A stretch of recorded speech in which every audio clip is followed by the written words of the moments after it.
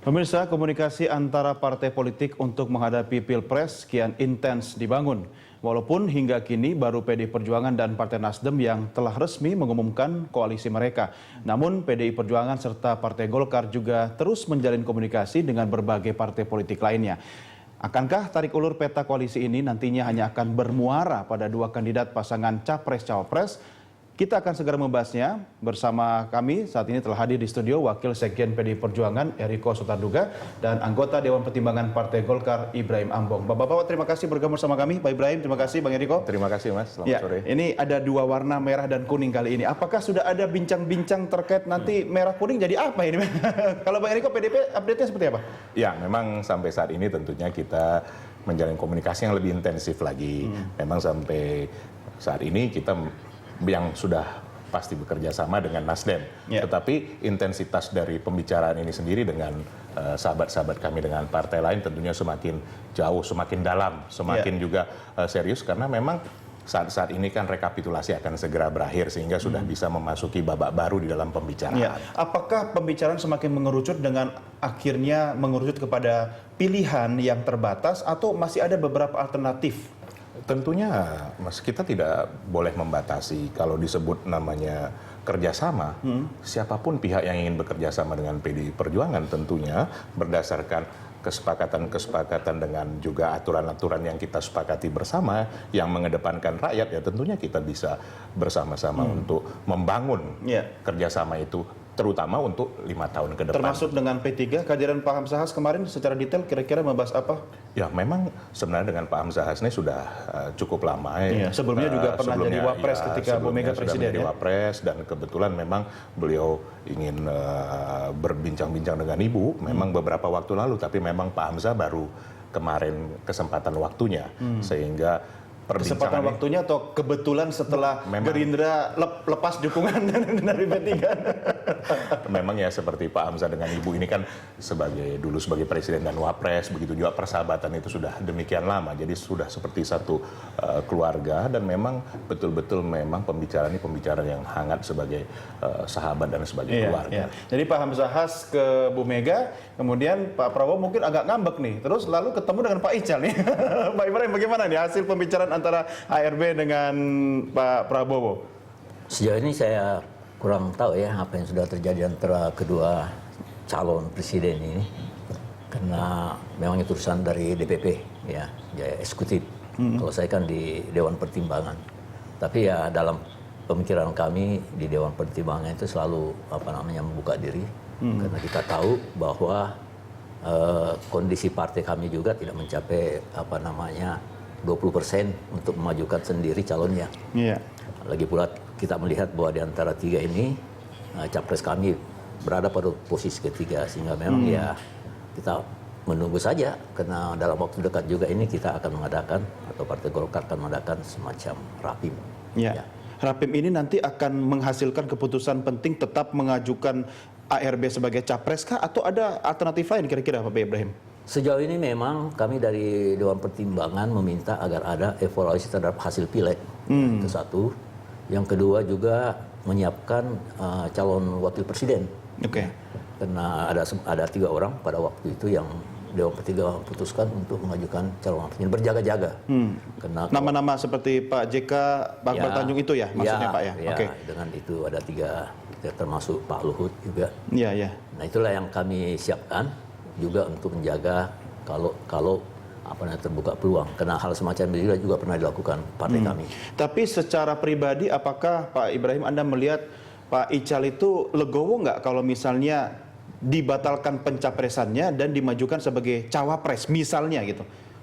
Nah ini memang tergantung dari sang ketua ya, ketua umum dalam hal ini, karena memang dalam berbagai pembahasan terhadap elektabilitas dari ketua umum kami memang agak stagnan gitu.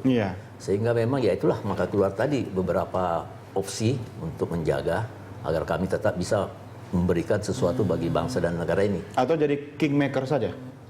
Ya bisa saja, selalu terbuka kan opsi-opsi itu, karena kingmaker pun juga tak begitu jelek juga kan. Jadi, bagus kan. Ya, namanya saja King gitu kan. Iya. Kalau kita jadi temannya presiden aja. Tapi saya ingin tahu nih, chemistry-nya antara Partai Golkar dengan PDI Perjuangan seperti apa sih? Karena PDI Perjuangan ini kan nomor 1, Golkar nomor 2. Tapi selama 10 tahun PDI Perjuangan kan di luar pemerintah. Sementara Golkar belum ada sejarahnya berada di luar pemerintahan gitu kan. Apakah sudah ada komunikasi chemistry nih Bang Eriko ini? Ya, jujur saja, selama 5 tahun yang lalu juga ya Pak Ibrahim, kita kan bersama-sama juga dengan Golkar. Jadi memang selama 5 tahun ini juga di Senayan, benar-benar memang komunikasinya juga sangat baik. Dan memang kita merasa sangat dekat ya. Sering kita berkomunikasi dengan lebih intensif. Apalagi pada waktu belakangan ini ya, terutama. Bagaimanapun juga kan semua peluang, semua kesempatan untuk bisa kita memajukan presiden kita, untuk bisa menyongsong masa depan yang lebih baik di Indonesia ini kan tidak salah dilakukan. Jadi apapun itu, apakah nanti kita harus berkompetisi, tapi tetap kita menjalin komunikasi, tetap kita bersilaturahmi, tetap kita berbicara, karena ini intinya membangun bangsa. Tidak ada menang, tidak ada kalah di sini. Karena bagaimanapun juga nanti di Senayan atau di parlemen kan kita juga harus katakan bila mana Pak Jokowi diberikan kesempatan menjadi presiden juga harus mendapat dukungan juga oleh parlemen sehingga ini semua berjalan dengan baik. Betul, lebih baik koalisinya adalah koalisi partai-partai bersuara besar atau PDI Perjuangan bisa maju dengan Nasdem kemudian merangkul partai-partai kecil. Sampai saat ini tidak ada pembatasan seperti itu atau tidak ada mendikotomi seperti itu. Justru kalau dilihat dari pertama yang datang kan adalah PDI Perjuangan, Pak Jokowi kepada semua partai-partai tentunya berjalan roadshow dan ingin menyampaikan semua visi misinya dan ingin bersama-sama bagaimana membangun bangsa ini ke depan. Dan sampai saat ini juga komunikasi itu sangat baik dan belum ada sesuatu keputusan bahwa seperti ini nantinya hasil akhirnya. Kan dulu Bang Eriko saya sempat mendengarkan bahwa PDIP akan berusaha mengadakan koalisi ramping gitu kan.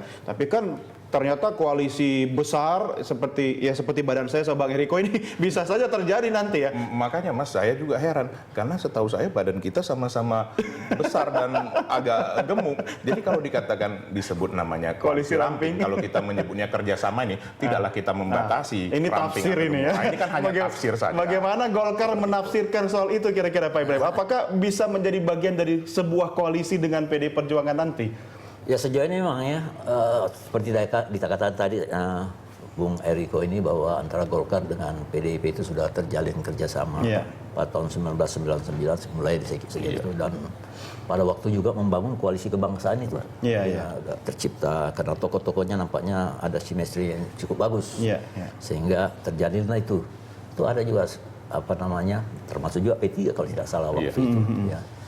Namun ya di tengah jalan ternyata tidak berhasil. Ya, sebenarnya karena ada perubahan-perubahan yang memang cukup signifikan sehingga itu tidak jalan. Perubahan itu biasa dalam dunia politik kan Pak? Oh biasa itu. Tapi yang tidak boleh berubah tentu platformnya kan. Tapi tidak pernah ada masalah terhadap chemistry kan? Sebab kalau saya bicara misalnya Anda di sini Pak SBY, kemudian ada Bu Mega di sini, pasti saya akan bicara soal chemistry, beda hasilnya gitu kan. Tapi kalau Golkar dengan PDIP tidak ada soal chemistry ya Pak? Kalau tokoh-tokohnya ada ya, tapi tadi saya katakan ketika membangun koalisi kebangsaan antar mereka saling kunjung bahkan sampai 2 hari yang lalu ya kalau tidak salah Pak Jokowi mampir ke tempat Pak Akbar Tanjung untuk katanya bersantap mie. Bakmi bersama.